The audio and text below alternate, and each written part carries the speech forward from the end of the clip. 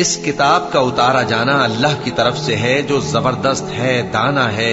جو گناہ بخشنے والا اور توبہ قبول کرنے والا، سخت عذاب دینے والا ہے، صاحب کرم ہے۔ اس کے سوا کوئی معبود نہیں، اسی کی طرف لوٹ کر جانا ہے۔ اللہ کی آیتوں میں وہی لوگ جھگڑتے ہیں جو کافر ہیں،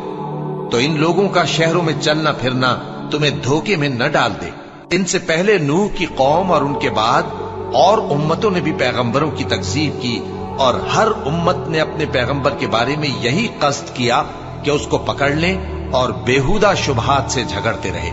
کہ اس سے حق کو زائل کر دیں، تو میں نے ان کو پکڑ لیا۔ سو دیکھ لو میرا عذاب کیسا ہوا۔ اور اسی طرح کافروں کے بارے میں بھی تمہارے پروردگار کی بات پوری ہو چکی ہے کہ وہ اہل دوزخ ہیں۔ جو لوگ عرش کو اٹھائے ہوئے اور جو اس کے گردا گرد حلقہ باندھے ہوئے ہیں، یعنی فرشتے،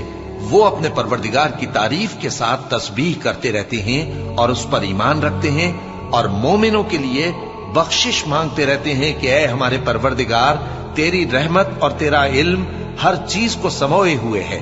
تو جن لوگوں نے توبہ کی اور تیرے رستے پر چلے ان کو بخش دے اور دوزخ کے عذاب سے بچا لے۔ اے ہمارے پروردگار، ان کو ہمیشہ رہنے کی بہشتوں میں داخل کر جن کا تو نے ان سے وعدہ کیا ہے، اور جو جو ان کے باپ دادوں اور ان کی بیویوں اور ان کی اولاد میں سے نیک ہوں ان کو بھی۔